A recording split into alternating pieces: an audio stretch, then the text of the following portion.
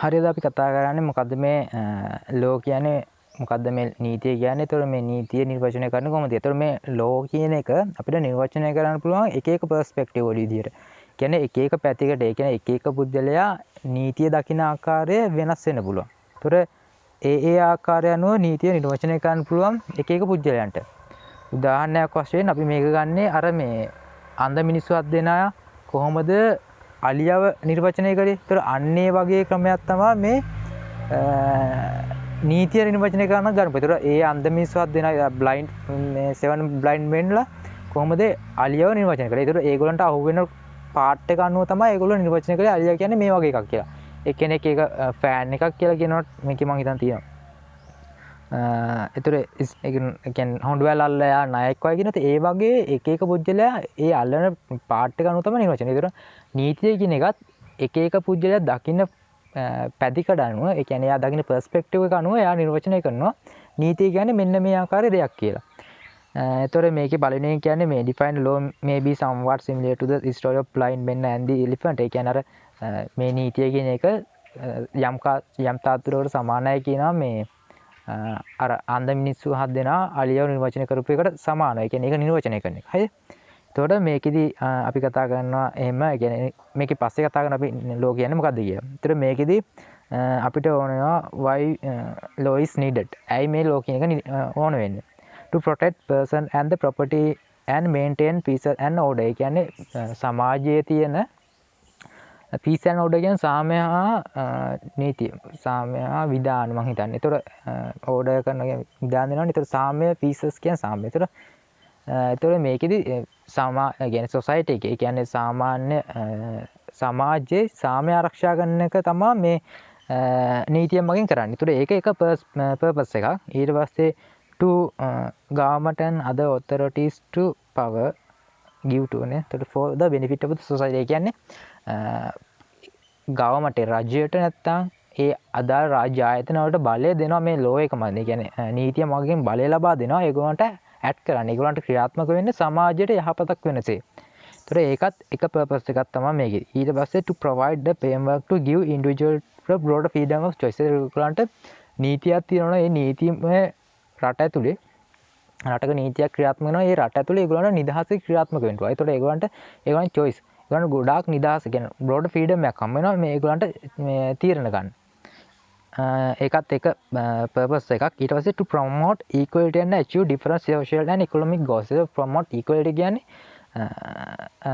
අපි කියන සමානාත්මතාව. ඒතර අන්නේ වගේ සමාජය තුළ හැම එක්කෙනාටම සාධාරණ විදියට සලකන්නත් ඒ වගේම ඒවා මගින් එක එක ආර්ථික හා සමාජීය අරමුණු ළඟා කරගන්නත් මේ law එකේ නැත්නම් නීති උපකාර වෙනවා. ඊට to influence the conduct of a person and to perceive guide and advance in social value of society. ඒ කියන්නේ මේකෙදි මිනිස්සුන්ව ඉන්ෆ්ලුවන්ස් කරනවා මේ to perceive guide.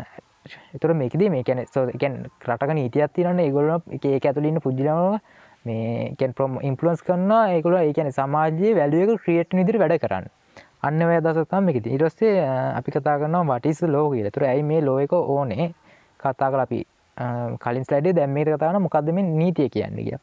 ඒතර මේක අපි කතා කළා ඔය එක එක එක්කෙනා එක එක පර්ස්පෙක්ටිව් වලින් දකින විදිය වෙනස් වෙනවා. The terms law is used to clarify the do's and don'ts in the society in the particular legal system. ඒ කියන්නේ යම් legal system එකක් තුළ සමාජයේ මිනිස්සු මොනවද කළ යුතු දේ හා මොනවද කරන්න ඕනේ නැති දේ කියන එක නිර්වචනය කරන්න තමයි මේ law එක කියන එක. ඒතකොට මේ law කියන්නේ සමාජයේ මොනවද කරන්න ඕනේ සමාජයේ මොනවද කරන්න ඕනේ නැත්තේ කියලා නිර්වචනය කරන දේ තමයි මේ නීතිය කියලා කියන්නේ. ඒක තමයි පළවෙනි පර්ස්පෙක්ටිව් එක. ඒ කියන්නේ මේක දකින්න එක ආකාරයක්. ඊට පස්සේ the definition of the law is combination of blending custom and the practices set of rules and regulation of individual and the public authorities to conduct. ඒ කියන්නේ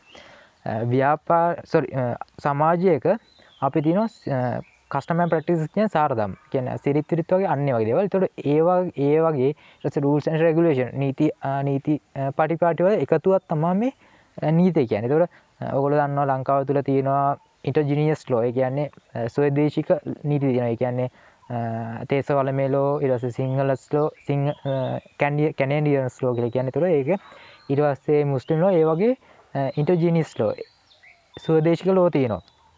අන්න ඒවා බේස් වෙලා තියෙන. ඒවා හැදිලා තියෙන්නේ මේ custom and practices වලින්. and rules and regulation. කලින් ඒ කියන්නේ රෝමන් ඩච් ලෝ එකයි ඉංග්‍රීසි ලෝ එකයි ලංකාවට එන්න කලින් තිබිච්ච ලෝ තමයි මේ ඉන්ඩිජිනස් ලෝ කියලා කියන්නේ. අපි ඒකට කියනවා එක එක නම් කියනවා පස්සේ. ඒතර අන්න ඒ වගේ මේ custom and practices කියන්නේ නීති හා ඒවයි නීති රෙගුලේෂන් එකතු වෙලාත් මේ ලෝ කියන එක හැදෙන්න පුළුවන්.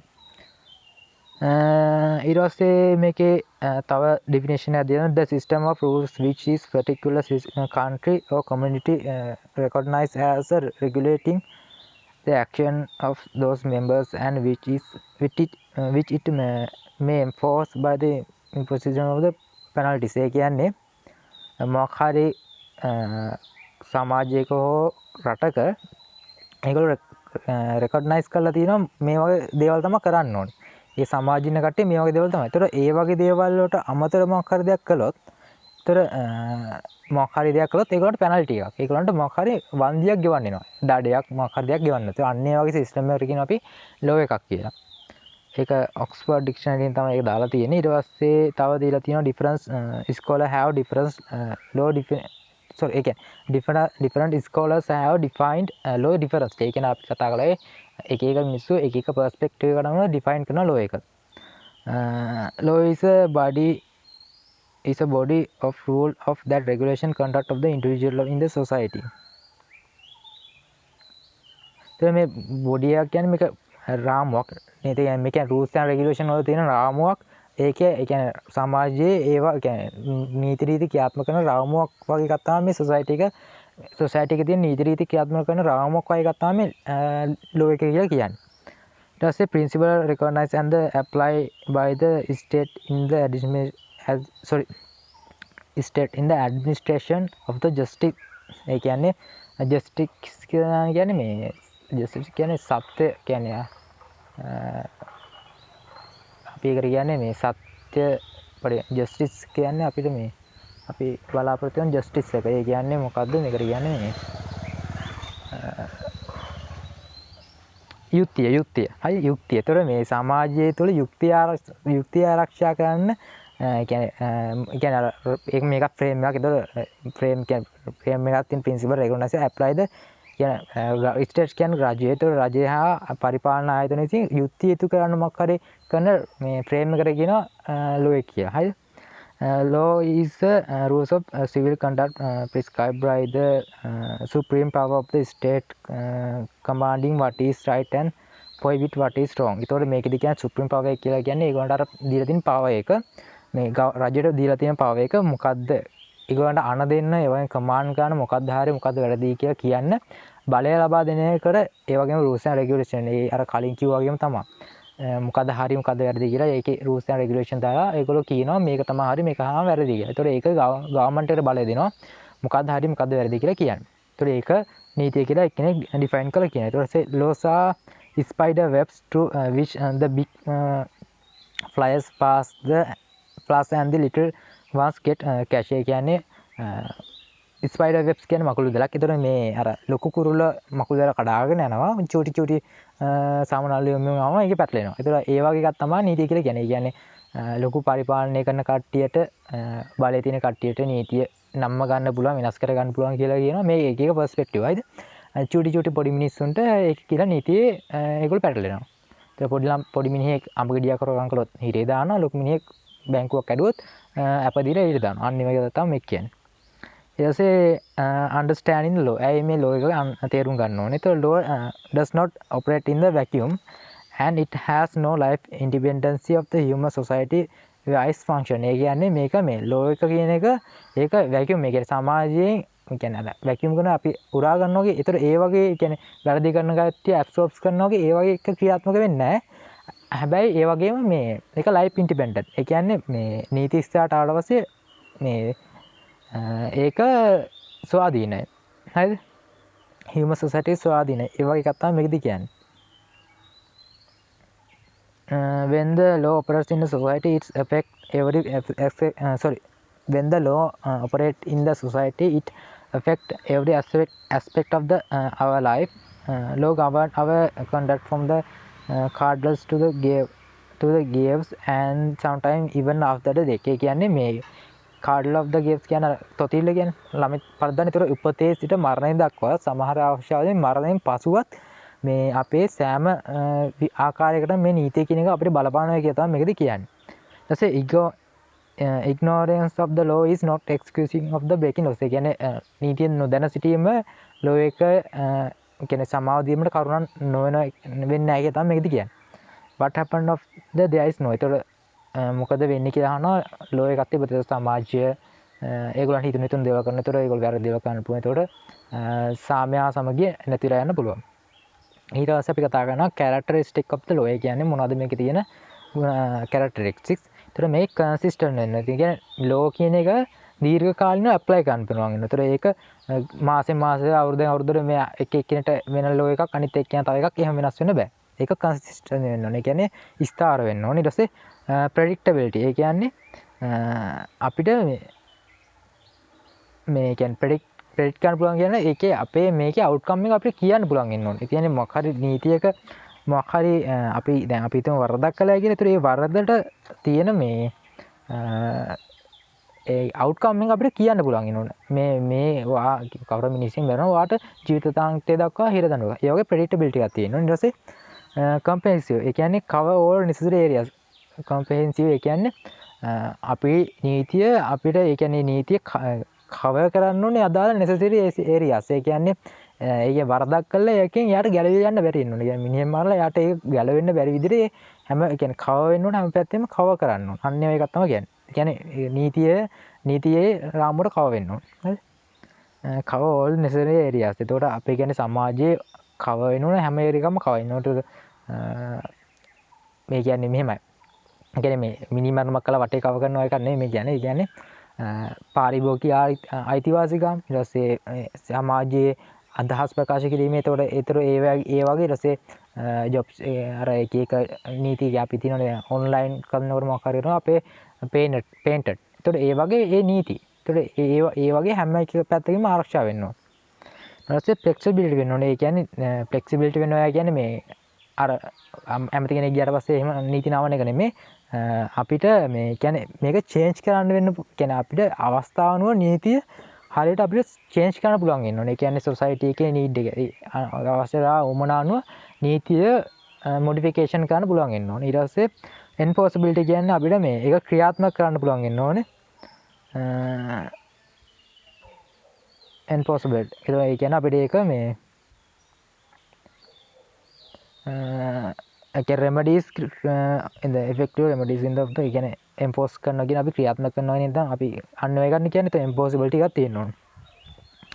ඊට පස්සේ අපි කතා කරනවා division of law කියලා. එතන division of law කියන්නේ මේ කියන්නේ එක එක divisions ඒ කියන්නේ section වල කඩනවා. ඒතර මේ තියෙන substantive law and procedural laws කියලා තියෙනවා. civil law and the criminal law කියලා තියෙනවා. ඒක public law, private law and commercial law කියලා වෙනම කඩනවා.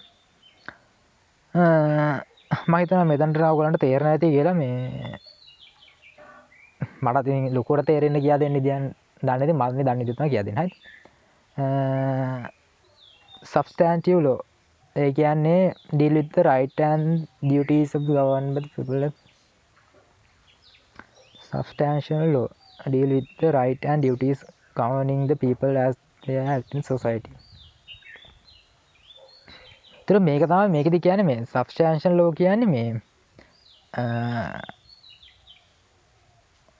ඒ කියන්නේ මේක මොකද්ද සමාජයේ මොකද්ද හරි මොකද්ද වැරදි. ඒතර මේක තමයි සාමාන්‍ය ජෙනරල්. කියන්නේ ජෙනරලි සමාජයේ substantial law කියන්නේ මොකද්ද හරි. ඒතර සමාජයේ මේක හරි මේක වැරදි කියලා අන්නේ වගේ දෙයක් කියන එක තමයි මේ කියන්නේ මොනවද කරන්න ඕනේ කියන්නේ මේක මිනිස්සු මේ දේ කළොත් හරි මේ දේ කළොත් වැරදි ඒ වගේ කියන එක තමයි මේ substantial law කියලා කියන්නේ. ඒතර මේක generally අයිද generally කියන එක. ඊට පස්සේ procedural law කියන්නේ මොකක් හරි procedure එකකට.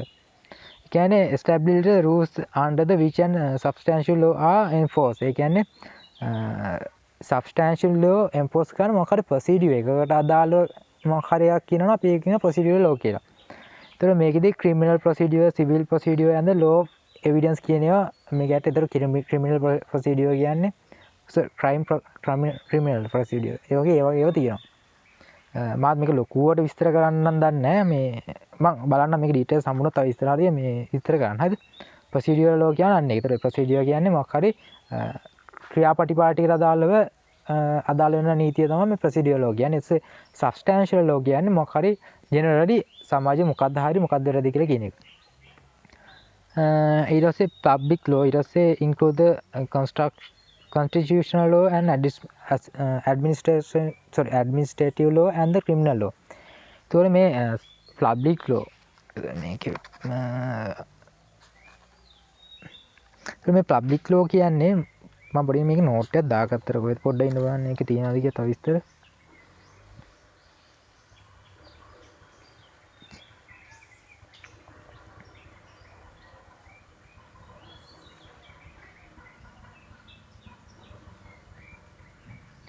මේ කියන්නේ ප්‍රොසීඩියරල් ලෝ කියන්නේ මේ ප්‍රොසීඩියරල් ලෝ එක මොකක් හරි වුණාට පස්සේ මේ කියන්නේ මේක මේ සබ්ස්ටැන්ෂල් ලෝ එක කොහොමද ඇප්ලයි කරන්නේ කියලා. ඒතකොට මේ සබ්ස්ටැන්ෂල් ලෝ එකේදී කොහොමද මේ පනිෂ්මන්ට් එකක් දෙන්නේ කොහොමද ඒකදී ට්‍රීට් කරන්නේ කියලා තමයි මේ ප්‍රොසීඩියරල් ලෝ එකෙන් කියන්නේ. හරිද?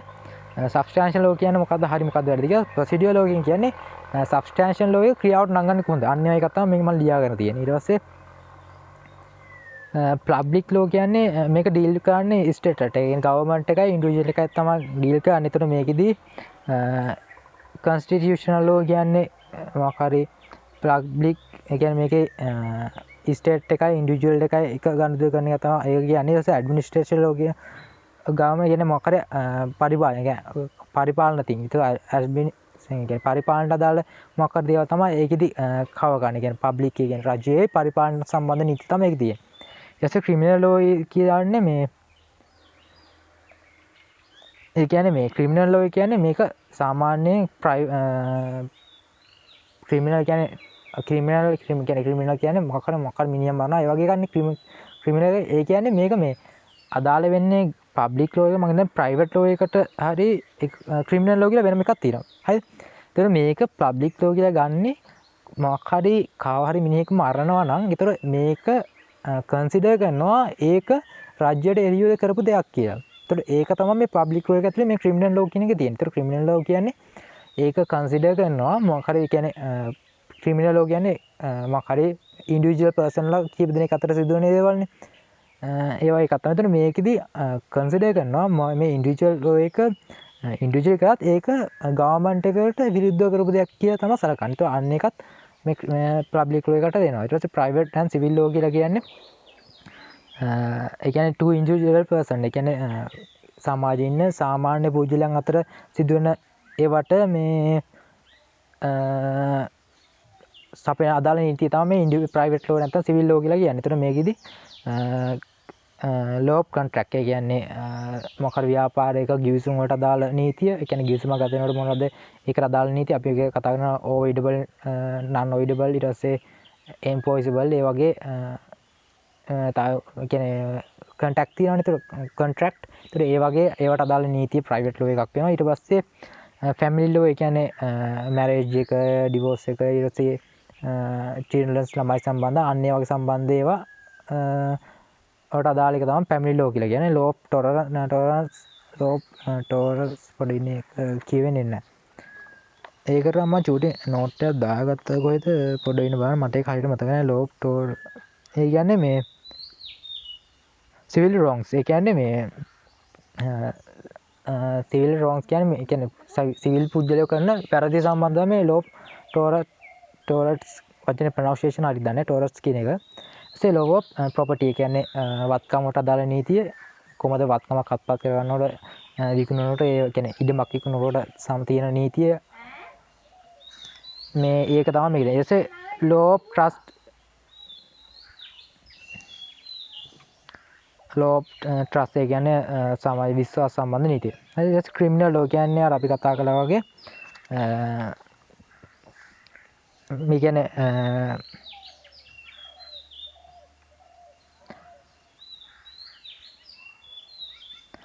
ක්‍රිමිනල් ලෝ කියන්නේ මේක ගවර්න්මන්ට් කරන ඉකොනොමික් එකට නැත්නම් ඒකට අදාළ මම ඒක ලොකුවට විස්තර ලියාගෙන නැහැ. මම ලියාගෙන තියෙන්නේ that matter which are governing economic activities related things. ඒතර මේකෙදි කතා කරන development of trade laws අන්‍ය වගේ දේවල් තමයි මම ක්‍රිමිනල් ලෝ කියලා කතා කරන්නේ. මම හිතන්නේ මේකේ අර මේ අර ඒකේ ඉන්ඩිවිජුවල් පර්සන් එකයි ඉන්ඩිවිජුවල් පර්සන්ස්ලා අතර වෙන සිදුවීම් තමයි මේකේ කතා කරන්න ඇති. මට ඒක හරියට මතක නැහැ. ඊට පස්සේ ලීගල් සිස්ටම් ඉන් ද වර්ල්ඩ්. එතකොට මේ ලීගල් සිස්ටම් කියන එක ලෝකේ තියෙන මොකද්ද මේ ලීගල් සිස්ටම්? ඒකට ද සිවිල් ලෝ සිස්ටම්. එතකොට සිවිල් ලෝ සිස්ටම් එකේදී අපි කතා කරන ඕගනයිසේෂන් ඉන් ද යුරෝප්. කියන්නේ යුරෝපාශිත රටවල් වල large connecting the Roman law heritage. ඒ කියන්නේ Roman Dutch law එක තමයි ඒගොල්ලෝගේ heritage එක කියලා කියන්නේ. අපි ඒක තමයි මේ ඒගොල්ලන්ගේ ආభాෂය වෙලා තියෙන්නේ. And the core principle are the codified into the referable system. Primary source of law is systematic codification most widely spread system of the law in the world. ඒ කියන්නේ මේ Roman Dutch law එක තමයි ලෝකේ ගොඩක් රටවල පාවිච්චි කරන්නේ. ඒක තමයි මේ ලෝකේ කියන්නේ civil law system කියලා කියන්නේ. හරිද? ඒක civil law system එකට තියෙන්නේ Roman Dutch law එක. ඒකෙදී මේකේ Roman Dutch law එක කියන්නේ ඒකේ ගොඩක් written. ඒ කියන්නේ ලියලා තියෙන්නේ. ඒ කියන්නේ නීතිය පොත්පත්වල ලියලා තියෙනවා. ඒතකොට ඒක අනුව තමයි ඒගොල්ලෝ ඇක්ට් කරන්නේ. common law system එක කියන්නේ මේක ගොඩක් වෙලාවට කතා කරන අපේ ඉංග්‍රීසි law එක කියලා. ඒ කියන්නේ මේක Dutchman based system එකක්. ඒ කියන්නේ මේකෙදී කියන්නේ අපි ඉස්සරහට ඇවිල්ලා අර අපේ ජජස් ඒ කියන්නේ විනිශ්චයකාරයන් ඉස්සරහට ඇවිල්ලා ඒගොල්ලන්ගේ අභිමතය අනුව තමයි ඒගොල්ලෝ කියන්නේ අභිමතය නෙමෙයි ඒගොල්ලෝ ප්‍රොසීඩියර් කරන්න කටයුතු කරන්නේ. ඒගොල්ලෝ තමයි ඒකට නීතිය ක්‍රියාත්මක කරන්නේ. ඒතර common law system legal system founded not on laws made by the legislation but on the judgment. So they වචන කියවෙන්නේ නැහැ. judges made laws. ඒ කියන්නේ ජජස්ලා තමයි මේ law එක මේඩ් කරන්නේ. which in turn are based on custom, culture, habit and previous judged වචන කියවෙන්නේ නැහැ දැන් නම්. decision throughout the world. ඒ කියන්නේ මේ කලින් ගත තීරණවලයි ඒගොල්ලන්ගේ කල්චර් එකයි custom practices ඒවා අනුව තමයි habit අනුව තමයි මේ ඒගොල්ලෝ ඒ කියන්නේ සමාජයේ පවතින ඒවා අනුව තමයි ඒගොල්ලෝ මේ තීරණය ගන්නේ. මේක ගොඩක් වෙලාට ඉංග්‍රීසි law තමයි බේස් වෙන්නේ. හරිද? ඊපස්සේ common මේකෙදී මේ කියන්නේ ලියලා නැහැ ගොඩක් ඒවා මේකේ essential ඒ කියන්නේ අවශ්‍යම දේවල් විතරයි ලියලා තියෙන්නේ. common law has later inherited by the Commonwealth of Nations and almost every form of colony of the British Empire has adopted it. ඒ කියන්නේ මේ කියන්නේ මේ common law ඒ කියන්නේ ඔයගොල්ලෝ දන්නවා මේ යටත් වෙච්ච තිබ්බා එංගලන්තේ. ඒතකොට ඒගොල්ලන්ට ඒ යටත් වෙච්ච කට්ටියට මේ ඇඩැප්ට් වෙන ලංකාවත් ඒ වගේ තිබිච්ච යටත් වෙච්ච දේ ලංකාව ඉන්දියාව. ඒතකොට ඕස්ට්‍රේලියාව ඒ වගේ ඒවත් ක්‍රියාත්මක වෙන මේ ඉංග්‍රීසි law කියන එක යම් තාදුරට ක්‍රියාත්මක වෙනවා. හැබැයි අපේ මේ මේන් law එක වෙන්නේ Roman Dutch law එක. හරිද? ඊසේ Scandinavian system ඒ කියන්නේ මම හිතන්නේ කියන්නේ කැන්ඩියා සිස්ටම් එක. ඊට පස්සේ religious system කියලා තියෙනවා. Scandinavian system කියන්නේ ඒක මම හරියට මතක නැහැ. මේ තුන්වෙනි එක මතක නැහැ. religious system කියන්නේ මොකක් හරි ජාතික වලට අදාළ තියෙන ඒවා. Sahira in Islam, Halqa in Judaism and canon law some Christian group ඒ වගේ ඒවා තියෙනවා. හරිද?